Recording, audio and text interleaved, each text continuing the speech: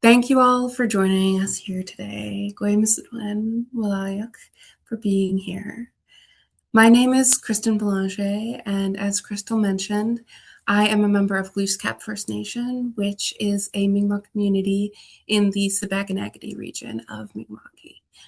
Today, I am joining this call from my office at the Schulich School of Law, which is in Jabuktuk in Mi'kmaq, the ancestral and unceded territory of the Mi'kmaq people.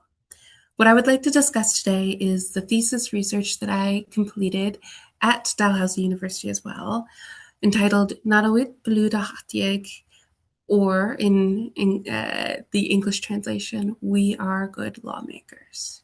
I also completed this work in part through my work with the Ulnaway Wigwam, which is the Indigenous Law Lodge that I work for as a research lead, also at Dalhousie University. To begin, I want to discuss the role of the law library in Canada and throughout Canadian colonial history. Discussed longitudinally, you can understand the role of the law library as in three, at times overlapping, roles. Firstly, one of colonial infrastructure, one that has enabled the spread and authority of French or British-derived law and administrative governance within Canada. Second, as professional knowledge institutions that have since then supported the legal profession and the consolidation of a national legal information system in the Canadian colonial state, and more recently as contested spaces of memory and emerging efforts at reform and development. My thesis looked at the concept of Indigenous law in relationship to the law librarianship, in relationship to law librarianship. To begin this discussion, I want to start by establishing four premises that have been put forward by Hadley Friedland, a seminal scholar on the subject of Indigenous law. Friedland asserts that there are four premises you must understand in discussing the relationship of Indigenous law with the Canadian state. That is, firstly, that the Canadian legal system itself does not create order for Indigenous peoples, and thus it is absurd to expect the reasonable Aboriginal person, with the reasonable person being a common standard applied in common law within Canada, to accept the legitimacy of the Canadian legal system. Friedland then asserts that if disorder is the problem that is encountered through this issue, the solution is to seek a legitimate and effective source of order. And she also asserts that legitimate and effective sources of order can be found within Indigenous laws and legal orders. Given the scope of today's presentation, I'm not going to spend too long discussing what Indigenous law is or why it matters within the scope of the Canadian legal landscape. Instead, I am going to pull from what Val Napoleon has said on the subject of Indigenous law within Canada, which is to say that it is time for conversations to move from the why of Indigenous law, aka whether Indigenous societies had law and why it matters, to the how of Indigenous law, so that the work of law may be done. Suffice it to say, Indigenous law or legal orders are the legal orders that belong to Indigenous peoples that have been used to govern ourselves and our relationships with others since time immemorial. I want to back up just a second to discuss the concept of legal pluralism, particularly its manifestation within Canada today. So for those who are unfamiliar, the concept of legal pluralism describes the coexistence and interaction of multiple legal orders within the same political community. In Canada, we see three very common overarching areas of law that are applied and used today. And these include English-derived common law, French-derived civil law, which we'll find in the province of Quebec, and Indigenous legal orders in the vast multiplicity that they exist within across Canada today. It is important, of course, to recognize that Indigenous legal orders are as diverse as the peoples that they belong to, and you can't conceptualize them as one singular legal order, but rather the legal order that applies to each Indigenous nation across Canada. My research asserts that meaningful legal pluralism requires information systems that are capable of supporting multiple coexisting legal orders, and that without structural change in legal memory institutions, Indigenous law cannot be fully accessible or operationalized in education, governance, or practice. This is my attempt, my effort to position law librarianship as a prerequisite for broader legal reconciliation across all of Turtle Island today. I want to also discuss the underlying legal relationship between the Canadian colonial state and Indigenous peoples. Canada operates on a system of a sui generis relationship with its Indigenous peoples. Sui generis meaning of its own or unique, which means that Canada, the Canadian state, has a unique fiduciary duty towards Indigenous peoples and has specifically committed to working cooperatively to establish and maintain a mutually respectful standard framework for living together. This is well reflected within a plurality of Canadian law and policy and precedent that exists today.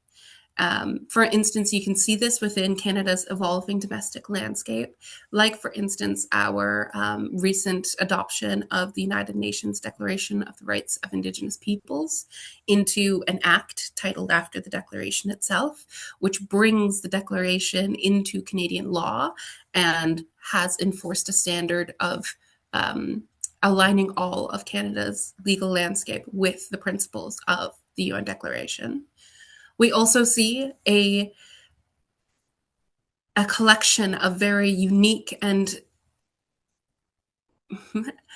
how to say this, a collection of unique, applicable modern treaties and self-governance agreements that exist between the Government of Canada and individual nations, which establish the framework for self-governance, self-determination for each of these nations.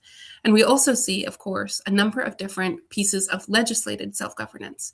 For instance, Canada has passed a First Nations, Inuit, and Métis Child, Youth, and Family Services Act, which allows for or recognizes, rather, the ability of Indigenous nations to self-govern over child and family services.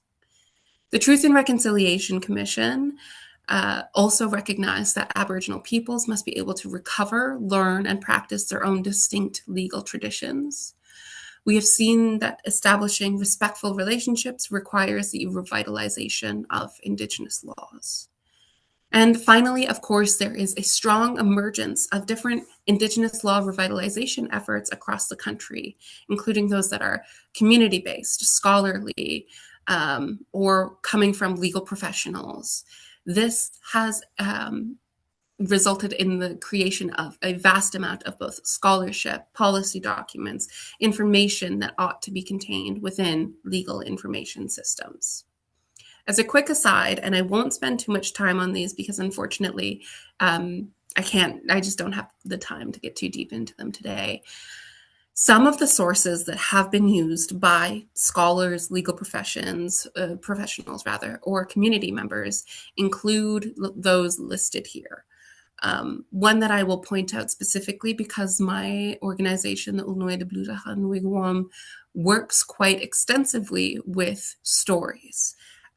Mi'kmaq legends, both published and oral, which can be put through what we call the narrative analysis method, one of the methods outlined in this slide, which I'm also not going to spend too much time on. The narrative analysis method involves applying what we call a case brief analysis, a very common practice of law students to figure out what the meaning behind a specific case is, to in our circumstance, Mi'kmaq oral histories, legends, and stories that have been passed down through generations. This research focused on the concept that law libraries, and of course by extension law archives, are sites of powers that have shaped historical narratives and national identity within Canada. We've seen within them records which the colonial governments in Canada produced to document Indigenous peoples, often with the end goal of administering assimilationist policies, while retaining control over who has access and ownership of these records. More broadly, we've seen colonial legal institutions themselves that have produced vast documentary records that now form the core of law library and archival holdings within Canada.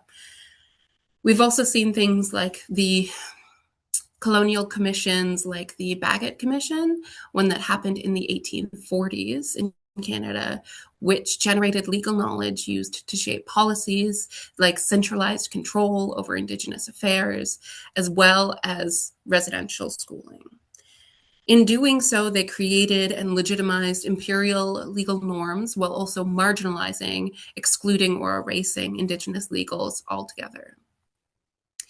Through this, we can see, of course, that law libraries, as these curators of legal resources, have functioned as infrastructure that has normalized the concept of crown sovereignty and colonial legal frameworks, while Indigenous legal systems were largely excluded from canonical collections or even acknowledgement of existence.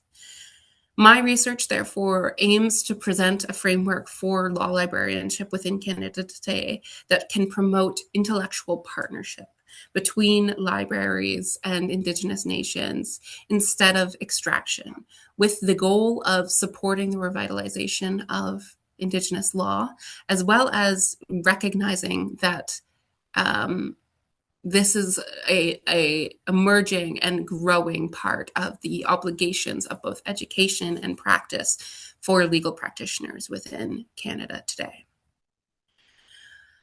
I also assert in my research that Indigenous legal orders, in that they each operate in a unique social, political, and cultural climate, will improve the practice of librarianship as a whole when included within the structure of law librarianship.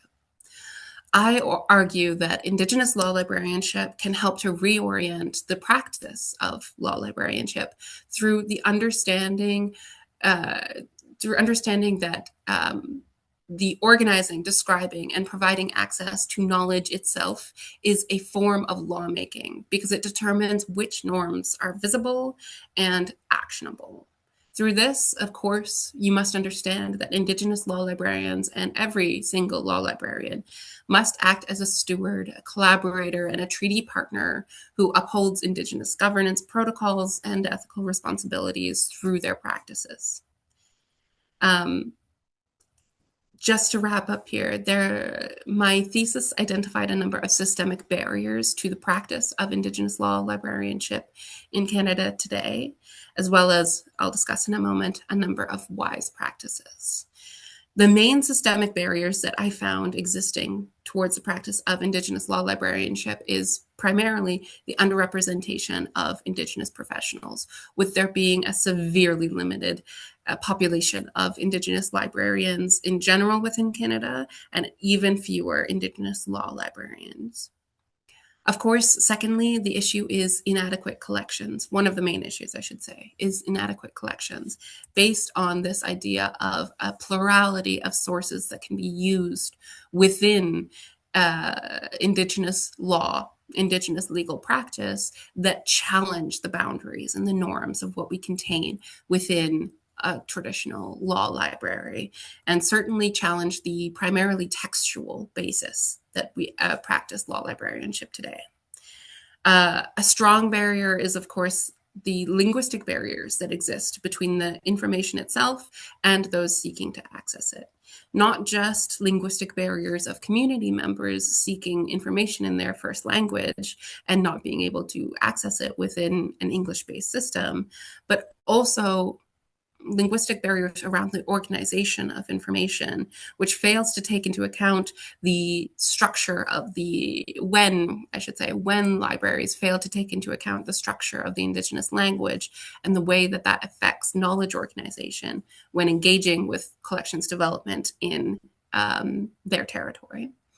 And finally, a truly fundamental issue is institutional inaccessibility, where community members are unable to access information held within or by institutions, and therefore they cannot exert ownership, access, control, or any other measure by which they can understand or use the information available within law libraries.